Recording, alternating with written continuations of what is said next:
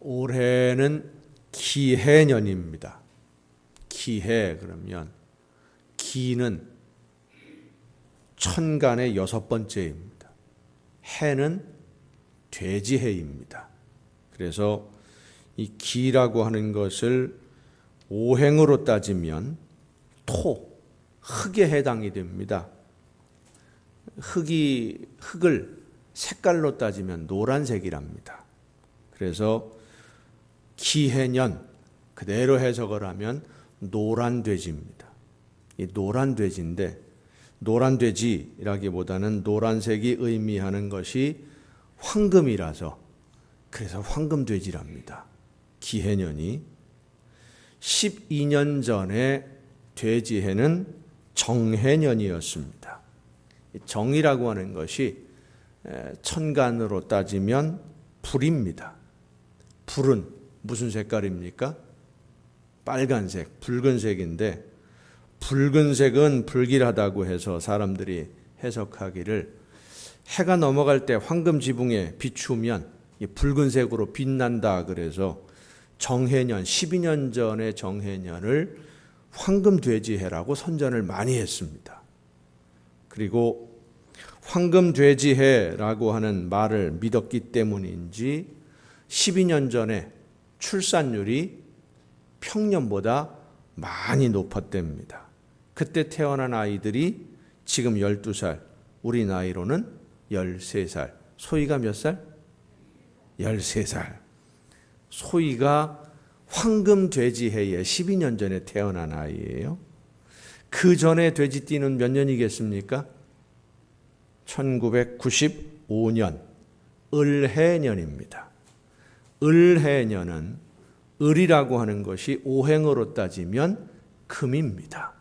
수금지화 목토천해명하고 넘어가는 금이에요.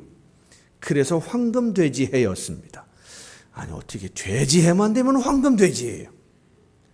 이렇게 갖다 끌어붙이고 저렇게 갖다 끌어붙이고 이 황금돼지해에 태어나는 아이들은 자기 먹을 것은 자기가 가지고 태어난다고 1995년에도 방송에 무속인들이 출연을 해서 60년 만에 오는 황금돼지회라고 난리였었습니다.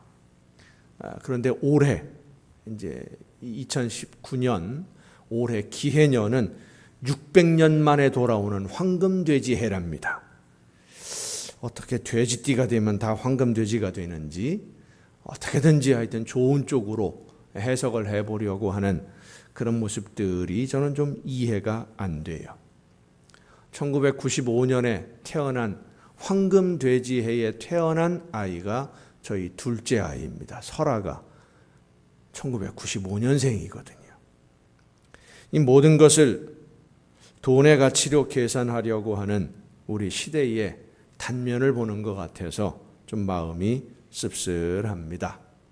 돈이 힘이고 돈이 권력이 되고 돈의 소유에 따라서 신분이 결정되고 심지어 죄가 있느냐 없느냐까지도 결정하는 이 시대는 한 사람이 두 주인을 섬기지 못하니 혹 이를 미워하고 저를 사랑하거나 혹 이를 중히 여기고 저를 경히 여김이라 너희가 하나님과 재물을 겸하여 섬기지 못하느니라 하신 예수님의 말씀이 골동품처럼 취급받는 시대가 된 것 같은 그런 느낌까지도 받게 됩니다.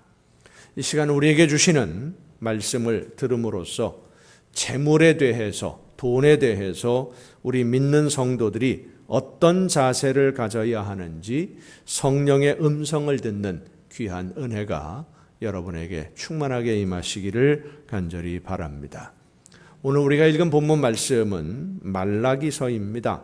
구약 성경의 맨 마지막에 위치를 하고 있는데 이 말라기의 내용을 보면 이스라엘 백성들이 바벨론 포로에서 돌아와서 성전을 다시 건축하고 예루살렘 성을 다시 건축한 이후의 생활을 그 배경으로 하고 있습니다.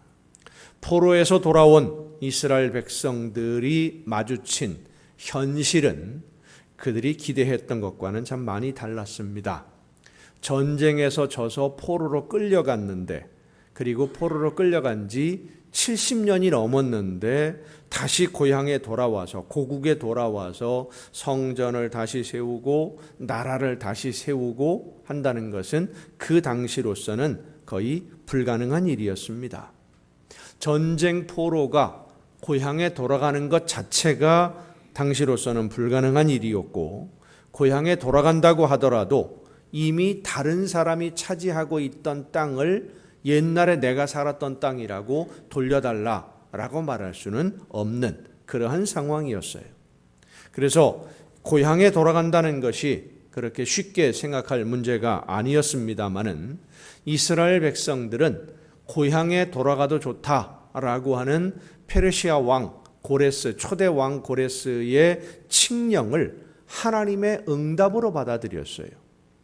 그동안 살던 삶의 터전을 뒤로 하고 고향으로 발걸음을 옮긴 이유가, 선지자들을 통해서 하나님이 말씀해 주셨던, 너희가 하나님의 말씀 앞에 바로 서면, 회개하고 돌아서면 이전의 모습, 다윗 왕이 다스리던 그 시대의 이스라엘로 회복시켜 주시겠다라고 약속하신 하나님의 이 약속이 페르시아 왕 고레스에 의해서 이루어졌다라고 믿었기 때문에 고향으로 돌아온 거예요. 그들이 고향으로 돌아갈 때는 이제 예루살렘으로 가서 성전을 세우고 하나님의 말씀대로 순종하는 생활을 하면 하나님이 다윗과 함께 하실 때처럼 다시 부강한 나라를 세울 수 있을 것이라는 믿음이 있었기 때문에 돌아온 거예요. 지금 당장은 힘들지만 성전을 다시 세우고 예루살렘 성을 재건하고 나라를 다시 세우고 하는 이런 일들이 지금 당장은 힘들겠지만, 말씀 듣고 말씀대로만 조금만 참고 순종하면 하나님이 우리에게 복을 주실 거다라는 이런 믿음이 그들에게 있었어요. 그래서 어려울 것을 예상하면서도 고향으로 돌아왔는데, 이 성전을 건축하고 삶을 꾸려나가는 그들의 삶이 녹록지 않았던 겁니다. 그 땅에 이미 자리를 잡고 살던 사람들, 사마리아 사람들입니다. 사마리아 사람들이 방해를 많이 합니다. 또 페르시아에 세금을 바쳐야 됩니다. 당장 먹고 살기도 버거운 현실이 그들을 기다리고 있었습니다. 그럼에도 당장 힘들고 어렵지만 또 이 사마리아 사람들이라든지 요단강 동편에 사는 사람들이라든지 이런 사람들이 방해를 많이 하지만, 그래도 우리가 살 길은 하나님의 말씀을 듣고 순종하는 것 외에는 없다. 하나님이 우리를 돌보아주지 아니하시고 하나님이 우리를 세워주지 않으시면 우리는 다시는 자유를 누릴 수가 없다. 그래서 목숨 걸고 신앙생활을 해야 된다라는 이런 생각을 가지고 열심히 성전 건축에 동참을 하고 또 예루살렘 성을 재건하는 일에 동참을 했습니다마는, 성전을 건축하고 신앙생활만 제대로 하면 모든 문제가 해결될 거라고 믿었는데 현실은 그렇지 않았던 겁니다. 이 말라기서의 시대적인 상황이 느헤미야서와 비슷합니다. 우리가 지금 성경을 연대기적으로 읽기 위해서 주보에 나가는 거 다 읽고 계시죠? 읽고 계시죠? 순서대로 쭉 읽어나가면 말라기서를 언제 읽게 되느냐 하면 느헤미야서를 읽을 때 말라기서를 읽게 됩니다. 같은 시대적인 배경을 가지고 있어요. 이 느헤미야서를 보면 느헤미야가 총독으로, 이스라엘의 총독으로 부임을 해서 예루살렘 성을 다시 재건을 합니다. 성을 다시 세우는데 아주 많은 방해를 받았고요. 목숨의 위협을 받으면서 성을 다시 세워요. 성을 다시 세우는 공사를 그렇게 힘들게 진행을 하는 도중에 이 느헤미야 총독이 이스라엘 사람인데 왕의 신하로 있다가 예루살렘 성을 재건하기 위해서 총독으로 파견을 받거든요. 이 사람이 총독으로 백성들과 함께 예루살렘 성을 재건하다가 하소연을 듣습니다. 무슨 하소연을 듣느냐 하면 느헤미야서에 나오는데 백성들이 당장 먹고 살 방법이 없으니까 자녀들을 종으로 팔을 수밖에 없다 원망을 하기 시작하는 거예요. 포로에서 돌아와서 성전 건축하고 예루살렘 성을 건축하는데 열심히 봉사하다 보니까, 열심히 헌신하다 보니까 당장 먹고 살 양식이 없는 거예요. 그래서 땅을 저당 잡히고 양식을 빌렸는데 빌린 돈을 갚지 못하니까 땅을 다 빼앗겨 버리고 말았어요. 더 이상 저당 잡힐 게 없으니까, 돈을 더 이상 빌릴 수가 없고 양식을 빌릴 수가 없으니까 자녀들을 종으로 팔아야 할 지경에 이르게 되었다고 느헤미야에게 하소연을 합니다. 하나님의 말씀을 따라서 충성하고 헌신하고 봉사하느라 순진한 믿음을 가지고 있던 이 이스라엘 백성들은 요령도 없이 죽을 힘을 다해서 봉사만 했는데, 그 중에 어떤 사람들은 요리조리 요령 부리면서 해야 할 일은 안 하고 자기 입속만 챙기면서도 먹고 사는 걸 보면 더 잘 먹고 더 잘 살고 있다는 얘기예요. 악한 사람들이 오히려 더 잘 되고 있어요. 그런데 순진하게 하나님의 말씀을 따라 순종하던 사람들이 이제 마지막에는 재산도 다 잃어버리고 자녀들을 종으로 팔아야 하는 이 최악의 상황에 빠지게 된 겁니다. 느헤미야 5장에 보면 총독으로 공사를 지휘하며 이스라엘 백성들을 다스리던 이 느헤미야가 분노합니다. 너희가 어떻게 이럴 수 있느냐? 권력을 가진 총독이 분노하면서 명령을 하니까 이렇게 돈놀이를 하던 사람들, 가진 재산을 가지고 자기 동족들의 재산을 긁어 모으던 이 사람들이 할 수 없이 종으로 부리던 사람들을 돌려보내고 압류했던 땅도 다시 돌려준다라고 굴복하는 듯 했지만 그들은 여전히 부자였고 말씀에 순종하는 사람들은 여전히 가난했어요. 이게 느헤미야 시대의 이야기인데, 그 느헤미야 시대의 그런 시대적인 상황이 바로 이 말라기 선지자가 말씀을 선포하던 바로 그 시대입니다. 권력 앞에서는 허리를 굽히고 하라는 대로 다 할 것처럼 대답을 하지만 집에 돌아가서는 은근히 뒤에서 돈줄을 조여요. 더 빡빡하게 만들어요. 빌려줘도 돌려받지 못하는데 땅을 저당 잡혔다가 혹은 자녀들을 저당 잡아서 양식을 빌려주면 땅을 뺏어오든지 자녀들을 종으로 사오든지 부려먹을 수 있게 되는데, 이제 그게 안 된다 그러니까 안 주겠다는 겁니다. 먹을 것도 아예 안 주고 돈도 안 빌려주고 아무것도 안 주겠다. 어차피 뺏어오지 못하니까.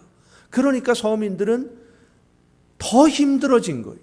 땅이라도 좀 저당 잡혀서라도 자녀들을 종으로 팔아서라도 먹고 살아야 되는데 그것마저 안 한다 그러니까 서민들이 죽어나는 거예요.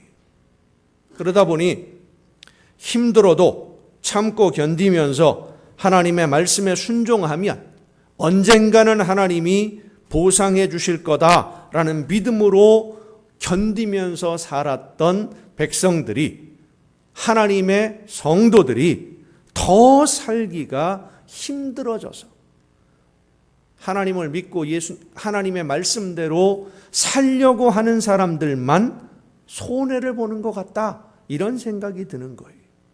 그래서 말라기 선지자가 하나님의 말씀대로 순종하는 자들에게 때가 되면 약속하신 대로 복을 주실 것인데 왜 너희가 하나님의 것을 도둑질해서 하나님이 주시는 복을 받지 못하는 생활을 하고 있느냐? 왜 말씀대로 순종하지 않느냐라고 백성들에게 선포하는 것이 말라기서 3장 1절부터 나옵니다. 왜 하나님의 말씀대로 순종하면 하나님이 복을 주실 텐데 하나님의 것을 도둑질하고, 그래서 하나님이 주시는 복을 받지 못하고 왜 어려운 생활을 계속하고 있느냐? 말라기 선지자가 외치니까 백성들이 대답을 합니다. 우리가 언제 하나님의 것을 도둑질했습니까? 우리는 하나님의 것을 도둑질한 적이 없습니다 라고 항변을 해요. 너희가 11조와 봉헌물을 드리지 않는 것이 하나님의 것을 도둑질하는 것이고, 그래서 하나님에게 마땅히 드려야 할 것을 드리지 않으니까 하나님이 주시려고 준비한 복을 받지 못하는 거다라고 말라기 선지자가 또 가르칩니다.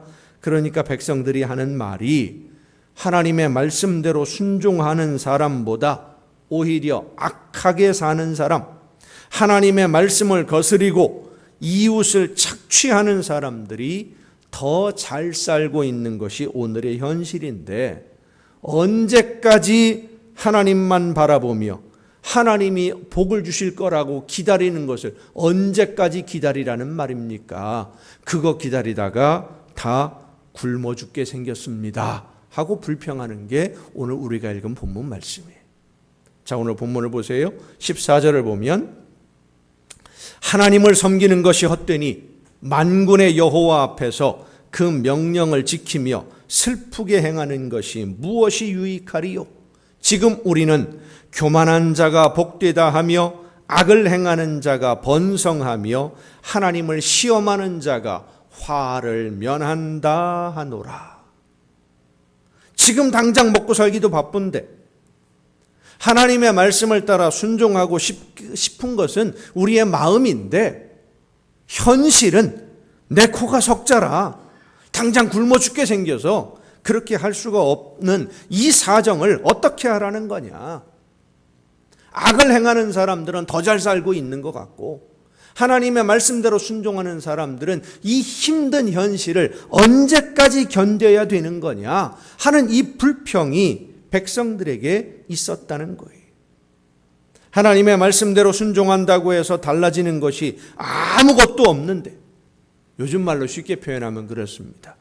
예수 믿고 신앙생활 열심히 한다고 해봐야, 교회 열심히 다녀봐야 뭐 달라진 거 하나도 없는데, 하나님 해준 거 아무것도 없는데 뭘 언제까지 기다리라는 얘기냐. 언제까지 헌신해야 되고, 언제까지 충성해야 되고, 언제까지 순종해야 되고, 그러다가 다 죽게 생겼는데, 그 얘기. 저 악한 사람들은 하나님의 말씀을 무시하면서도 잘 살고 있는데, 우리보다 더 편하게 더 잘 살고 있는데, 언제까지 하나님이 복을 주실 거라고 믿고 기다려야 되느냐. 이 헛되다라고 하는 말이 히브리어로 쏴부라고 하는 단어입니다. 이 쏴부라는 단어가 뭐냐면요, 거짓말로 속인다라는 소리예요. 그러니까 이 말씀을 보면 하나님의 말씀대로 순종하고 열심히 신앙생활을 하면 하나님이 복을 주신다라는 말이 뭐라고요? 그거 다 거짓말이다. 그 소리예요. 헛되다. 하나님의 말씀대로 순종하면 하나님이 책임져 주시고 복을 주신다? 그거 다 거짓말이다. 너무 힘드니까. 우리도 그런 생각을 가질 때가 있지 않습니까? 하나님의 말씀을 듣고 성령께서 내 마음에 감동을 주셔서 믿음으로 순종했는데, 헌신하고 충성했는데 달라진 것이 아무것도 없고 현실은 더 힘들고 견디기가 어려워지면 이게 뭐지? 이게 도대체 뭐야? 뭐 어떻게 하자는 건가? 어떻게 하라는 거야? 하는 그런 생각이 들어요. 그때 말라기 선지자가 말합니다. 만군의 여호와가 이르노라.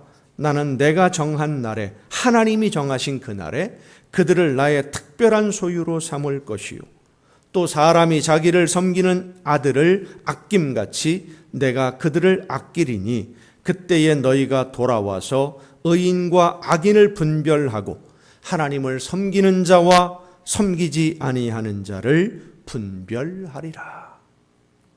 때가 되면, 하나님이 정하신 그 때가 있는데, 그 때가 되면 반드시 악한 사람, 선한 사람, 순종하는 자녀들과 불순종하는 무리들을 구별을 해서 악한 사람들에게는 반드시 벌을 줄 것이고, 순종하는 자녀들에게는 반드시 보상해 주시겠다라는 말씀인데, 문제는 도대체 그때가 언제냐라는 거예요. 그때가 언제냐? 우리는 그때, 하나님이 보응하시는 그때가 내가 열심히 신앙생활하고 열심히 헌신하고 열심히 충성한 것에 대한 뭔가 상을 받는 그때가 좀 빨리 왔으면 좋겠다. 빨리 되었으면 좋겠다 생각을 합니다. 하나님이 정하신 그때가 빨리 왔으면 좋겠다라고 생각하는 사람은 나는 하나님의 말씀대로 잘 순종했으니까 하나님이 나에게 복을 많이 주실 거라고 기대하는 사람인데, 여러분, 때를 내가 정하고 하나님이 이러이러한 것으로 나에게 보상해 주실 것이다 라고 기대를 내가 가지고 있으면 실망하게 돼요. 내가 기대한 대로, 내가 기대한 때에 이루어지지 않는다고 불평하게 됩니다. 늘 말씀드립니다마는 신앙생활은 감사함으로 하는 것이지 무엇을 얻기 위해서 신앙생활을 하는 것이 아니기 때문입니다. 이스라엘 백성들이 하나님의 말씀을 듣고 하나님의 말씀대로 살려고 하면서도 오해한 것이 무엇이냐 하면, 우리가 열심히 말씀을 듣고 말씀을 읽고 말씀을 배워서 그 말씀대로 율법에 기록된 대로 살면 하나님이 복을 주실 것이다 라고 생각했던 거예요. 하지만 성경은 우리에게 말씀해 주십니다. 하나님이 이미 베풀어 주신, 하나님이 우리에게 이미 주신 은혜를 생각하면서 기쁨으로, 감사함으로 하나님께서 나에게 맡겨주신, 하나님이 원하시는 일들을 열심히 감당하는 것, 그것이 신앙생활이다. 그렇습니다. 성경의 말씀들은 내가 복을 받을 수 있는 조건들을 기록한 것이 아닙니다. 하나님이 나를 얼마나 사랑하시는지, 나를 사랑하시는 하나님이 나를 죽음에서 건지시기 위해서 어떤 사랑을 주셨는지, 하나님이 내 모든 죄를 용서하시기 위해서 하신 일이 무엇인지, 이 하나님의 사랑과 하나님의 놀라우신 은혜를 기록한 것이지, 어떻게 하면 복을 받을 수 있느냐, 그걸 기록한 게 아니에요. 성경은 하나님의 사랑을 받아서 새 생명을 얻은 성도들이 이 세상에서 하나님의 영광을 위해 어떻게 살아야 하는지를 가르쳐 주고 있지만, 이 세상에서 복을 받는 방법을 말씀해 주는 게 아닙니다. 물론 우리가 하나님의 사랑과 은혜가 감사해서 온 마음을 다해서 하나님이 기뻐하시는 뜻대로 순종하면 하나님은 우리가 상상할 수 없는 놀라운 복을 허락해 주시는 줄로 믿습니다. 이 세상을 살아가는 동안 필요한 모든 좋은 것에 부족함이 없도록 채워주십니다.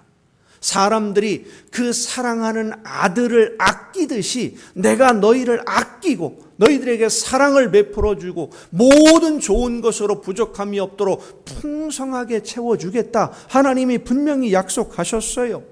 그러나 그것은, 하나님이 우리에게 복을 주시는 것은 우리가 무엇을 했기 때문에 주시는 것이 아니라 우리를 사랑하시기 때문에 주시는 선물인 줄로 믿으시기를 바랍니다.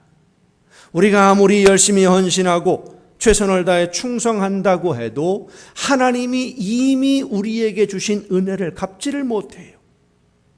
이미 우리에게 주신 사랑을 갚을 방법이 없는 거예요. 아무리 많은 것을 하나님께 드린다고 하더라도 하나님이 우리에게 주신 것에 대해 비교해 보면 비교가 안 돼요. 갚을 방법이 없어요. 너무나 많은 것을 이미 받았으니까. 모든 죄를 용서해 주시고 새 생명을 주신 은혜를 어떻게 갚습니까? 나를 자녀로 삼으시고 영원한 생명을 허락해 주시기 위해서 그 외아들을 십자가에서 고난당하게 하시고 제물로 받으신 하나님의 사랑을 무엇으로 갚을 수 있겠습니까? 우리가 이미 받은 하나님의 사랑과 은혜를 갚기 위해서 나의 모든 것을 다 드린다 할지라도 부족할 수밖에 없습니다. 사랑하는 성도 여러분, 말라기 선지자는 11조와 봉헌물을 드리지 않는 것을 도둑질이라고 했습니다. 왜 하나님이 11조와 봉헌물을 하나님의 것이라고 구분했느냐 하면 우리에게 있는 모든 재물이 다 하나님의 것이지만 우리가 세상을 살아가는데 필요한 것이기도 하기 때문에 그 중에 10분의 1은 하나님께 드림으로써 하나님이 이 모든 것을 나에게 주셨습니다 라고 고백하는 믿음의 증거로 삼는 것이기 때문이에요. 그러니까 11조와 봉헌물, 하나님께 드리는 이 예물들은 하나님이 모든 것을 나에게 주셨습니다 라는 것을 믿고 감사함으로 드리는 것이지 10분의 1을 드렸으니까 나머지는 내 겁니다, 이게 아니라는 말씀이에요. 10분의 1을 드렸으니까 나머지는 내 것이라고 생각하는 것이 바로 율법적 신앙생활이에요. 나는 법을 지켰으니까. 우리 믿는 성도들은 11조를 드림으로 내가 해야 할 모든 것을 다 했다고 생각해서는 안 됩니다. 우리가 아직 죄인 되었을 때에 그리스도께서 우리를 위하여 죽으심으로 하나님께서 우리에 대한 자기의 사랑을 확증하셨노라고 고백하는 믿음의 하나님의 자녀들이 수입의 10분의 1을 드렸다고 만족해서야 되겠습니까? 예수 그리스도로 인해 우리는 우리의 모든 죄를 사함받았고 영생을 얻었고 참 자유를 누리며 오늘을 살 수 있게 되었습니다. 10분의 1만 드리며 만족하는 것이 율법적인 신앙생활이라면 감사하는 마음으로 그 이상을 더 많은 것을 기쁨으로 드리는 것이 바로 복음적인 신앙생활입니다.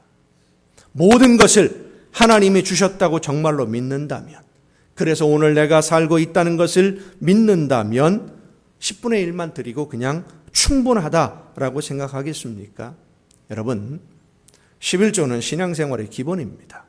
제가 헌금에 대해서 11조라든지 어떤 헌금에 대해서 가능하면 말씀을 전하지 않아요. 오늘 이런 주제로 말씀을 드리는 것도 지금 몇 년 만에 드리는 건지 모르겠어요. 설교한 기록들을 쭉 뒤져봤는데 한 3, 4년 된 것 같아요. 가능하면 제가 말씀을 전하지 않는 이유가 하나님께 드리는 것은 성도의 기본이기 때문이에요. 성도는 하나님의 사랑을 아는 사람입니다. 예수님의 사랑을 아는 사람이에요. 자녀들이 부모님의 사랑으로 잘 성장했는데, 부모님의 사랑과 희생으로 잘 성장했는데 나중에 이제 부모님이 필요한 것, 내가 자라서 성장해서 돈을 벌게 되었으니까 뭔가 이렇게 부모님에게 해드리는데 그거를 내가 요만큼 드렸으니까 나 할 일 다 했다, 자녀로서 의무를 다 했다, 그렇게 생각할 수 있습니까? 부모님의 사랑을 안다면 더 많이 드릴 수 있는 거예요. 더 많이 드리고 싶은 거예요. 신앙생활이 그렇습니다. 하나님의 사랑을 알고 예수님의 사랑으로 죄 용서함을 받고 새 생명, 영원한 생명을 받았으면 그 사랑과 은혜에 감사해서 나에게 모든 것을 주신 하나님께 나의 모든 것을 드리고 싶어하는 것, 신앙생활의 가장 기본입니다. 그래서 하나님께 드려야 할 것을 구별해서 드리는 것은 가장 우선적으로 해야 되는 거예요. 내가 필요한 것 먼저 사용하고 남으면 드리는 것 아닙니다. 여러분, 내가 먼저 내 것을 사용하고 나면 우리의 삶은 항상 부족할 수밖에 없습니다. 하나님이 더 이상 주시지 않으니까. 하나님이 더 이상 주시지 않으면 내가 죽어라고 땀을 흘려도 내가 수고한 대로 다 거두지 못합니다. 하나님이 지켜주지 않기 때문에. 사랑하는 성도 여러분, 저는 여러분 모두가 하나님이 주신 은혜와 그 사랑에 감사하면서 하나님이 주시는 사랑으로 늘 풍성하고 충만한 생활을 하는 성도다운 성도가 되었으면 좋겠습니다. 그렇게 살아가는 신앙생활이 바로 천국이고, 그렇게 기뻐하며 감사함으로 정해진 11조가 아니라 그 이상을 기쁘게 하나님께 감사함으로 드릴 수 있는 여러분 모두가 될 수 있기를 바랍니다. 하나님께 드리는 것은 복음적으로 드려야지 율법적으로 드려서는 안 됩니다. 내 현실에 맞추는 것이 아니라 하나님이 주신 은혜와 사랑에 감사함으로 기쁘게 순종해야 됩니다. 하나님은 그렇게 기쁘게 감사하는 마음으로 순종하는 자녀들을 절대 외면하지 않으시고 반드시 보상해 주시고 복을 주시고 채워주시는데 그 약속이 17절과 18절입니다. 만군의 여호와가 이르노라. 나는 내가 정한 날에 그들을 나의 특별한 소유로 삼을 것이요 또 사람이 자기를 섬기는 아들을 아낌같이 내가 그들을 아끼리니 그때에 너희가 돌아와서 의인과 악인을 분별하고 하나님을 섬기는 자와 섬기지 아니하는 자를 분별하리라. 이 약속을 믿고 하나님이 기뻐하시는 일을 위해 헌신하고 충성하고 봉사하고 전도하며 오늘 내가 이렇게 섬길 수 있는 것을 감사하고 내가 헌신할 수 있는 것에 감사하고 내가 하나님께 드릴 수 있음을 감사하는, 그래서 여러분이 하나님이 주시는 놀라운 은혜와 축복으로 오늘보다 내일, 내일보다 모레 더 풍성한 복을 누리는 복된 신앙생활이 될 수 있기를 예수님의 이름으로 축원합니다.